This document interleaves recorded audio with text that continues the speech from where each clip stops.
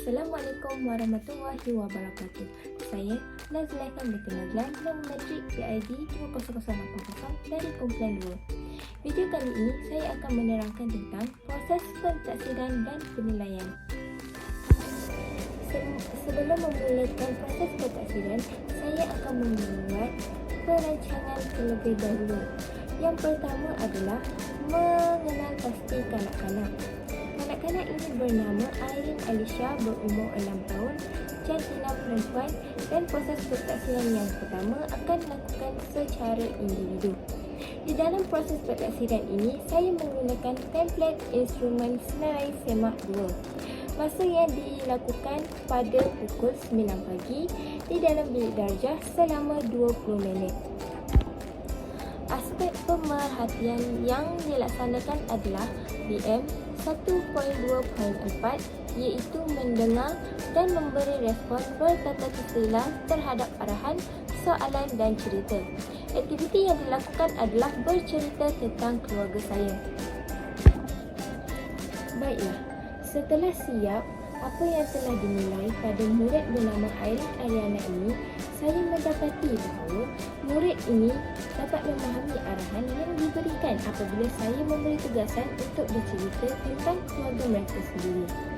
Yang kedua, murid ini faham akan cerita yang telah saya ceritakan tentang keluarga saya. Sebagai contoh, untuk kanak-kanak ini bercerita tentang keluarga mereka. Kemahiran ketiga adalah boleh mengikut arahan yang diberikan apabila saya meminta untuk dilakukan secara seorang demi seorang. Kemahiran yang keempat adalah murid ini tidak dapat memberi respon terhadap soalan yang telah diberikan. Murid ini tidak dapat memahami soalan yang telah diajukan oleh rakan mereka. Dan kemahiran yang terakhir adalah murid ini dapat bercerita tentang pengalaman mereka dengan keluarga mereka kepada rakan-rakannya.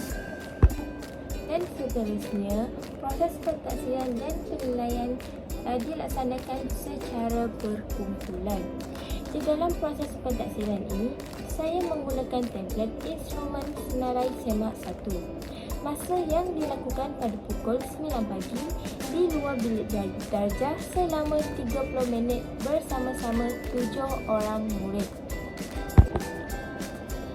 Sebelum memulakan proses pelaksanaan pentaksiran, saya akan membuat perancangan terlebih dahulu. Yang pertama, mengenal pasti murid. Sebagai contoh, saya akan memastikan dahulu bahawa semua kanak-kanak sihat untuk menjalankan aktiviti proses pentaksiran ini. Kedua, saya akan menentukan instrumen yang digunakan seperti yang telah ditunjukkan. Perkara yang dinilai adalah saya ingin menilai kanak-kanak ini dari segi perkembangan motor kasar mereka ketika melakukan aktiviti pergerakan secara melengkung, spritzer, zigzag dan lurus. Saya ingin menilai bahawa kanak-kanak ini dapat melakukan aktiviti ini dengan baik atau tidak. Setelah memenuhi segala aspek yang telah dirancang, bermulalah proses pentaksiran terhadap kanak-kanak ini. Berdasarkan template ini, saya menggunakan tunjang perkembangan fizikal dan estetika dengan menggunakan standard pembelajaran FK 2.1.4 melakukan pergerakan dalam laluan lurus, melengkung, spiral dan zigzag. Dalam proses ini, saya akan menunjukkan contoh terlebih dahulu laluan yang perlu dilalui melalui pergerakan yang telah dirancang. Untuk murid yang pertama bernama Ali.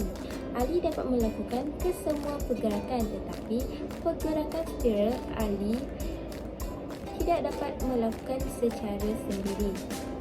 Murid yang kedua pula bernama Abu.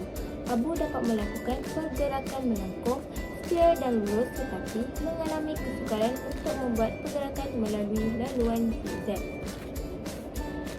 Murid yang ketiga pula bernama Ayu. Ayu pula berjaya melakukan pergerakan melalui laluan melengkung dan lurus, tetapi tidak dapat melakukan pergerakan melalui laluan spiral dan zigzag.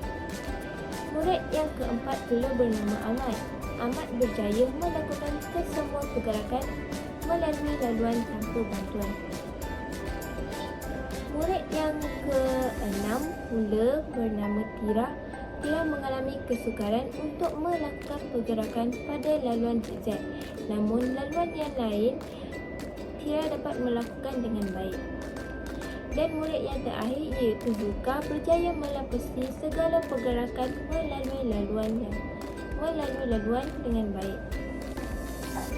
Itu sahaja penerangan mengenai proses penilaian dan pentaksiran yang telah dibuat oleh saya. Oleh itu, pentaksiran dan penilaian yang saya lakukan untuk menilai kemampuan dan peningkatan yang boleh murid-murid saya lakukan serta laksanakan semasa melakukan sesuatu aktiviti. Itu sahaja dari saya. Sekian, terima kasih.